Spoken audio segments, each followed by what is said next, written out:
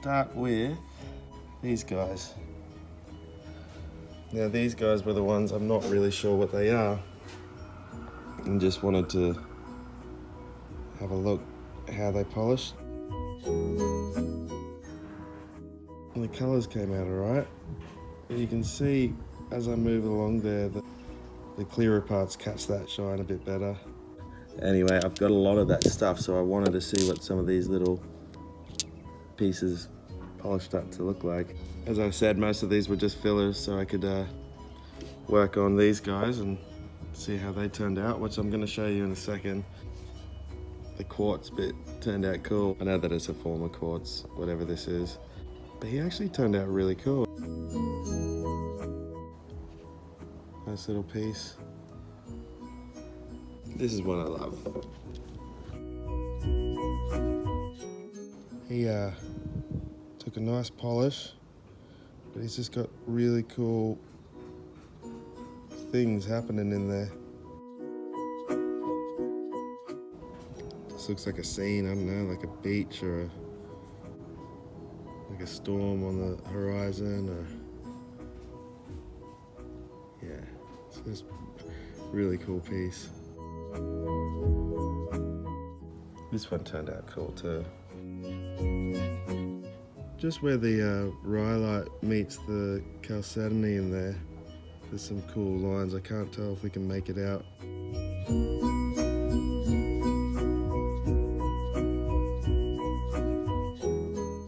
This was a fun rhyolite to polish because it has a mixture of chalcedony through it, and the purple and olive and orange. Lots of little patterns and stuff happening in there. It's a pretty rock.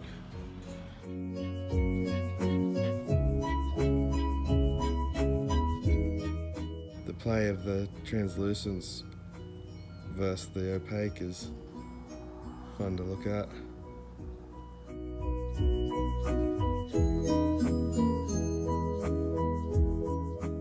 Like I said, these are all fillers.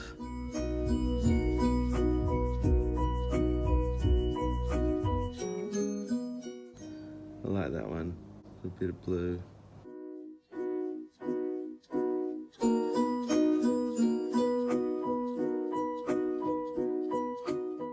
I like tumbling these ones that were rough to start with, because you do get to see, I know I talk about contrast when I talk about the tumbled stones, you can see the contrast of the pitting, and where it's rubbed the skin off, but the pits were close to it, there's still little bubbles and lines left around there, like around the edges of that pitting there. Pretty. The rest of these I'll just do a quick little flyover and show you what they look like. Most of them don't have too many features about them that stand out, apart from just being pretty.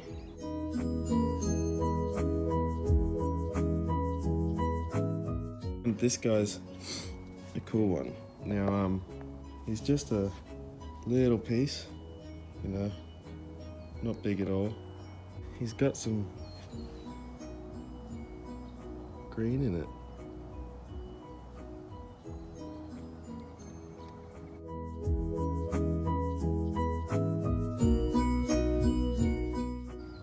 I haven't seen that color in any of the chalcedonies and agates that I've picked up out there, but he's pretty. Just the tiniest little picker, but I enjoy it. I love looking at it. You can see it in contrast to the blue.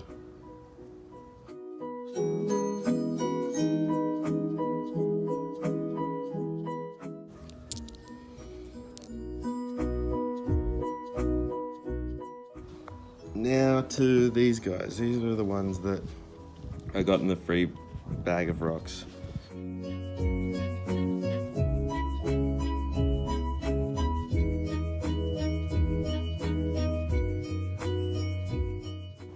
Don't know what this guy is.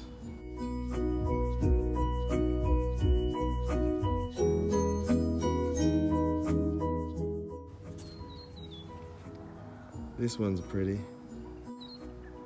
Look at the waterline through it. Mm-hmm. Very cool.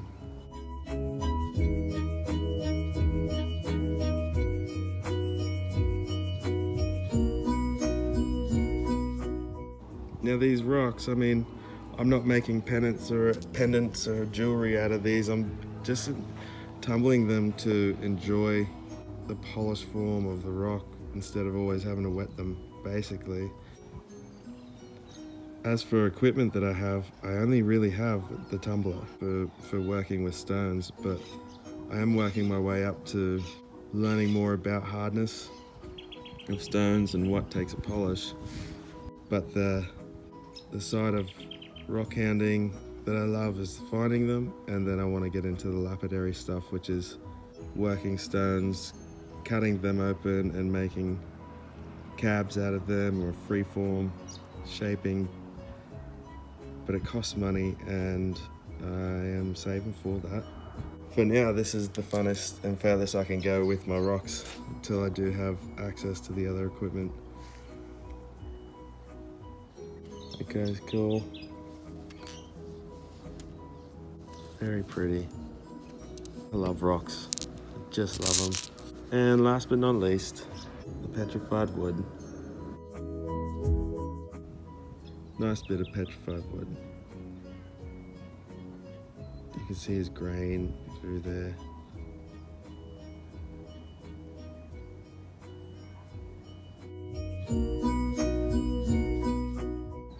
Beautiful stuff. I know it's super common.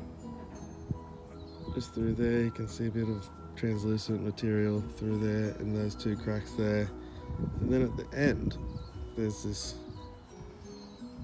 little gemmy bit of carnelian coloured clear stuff up here, which is beautiful.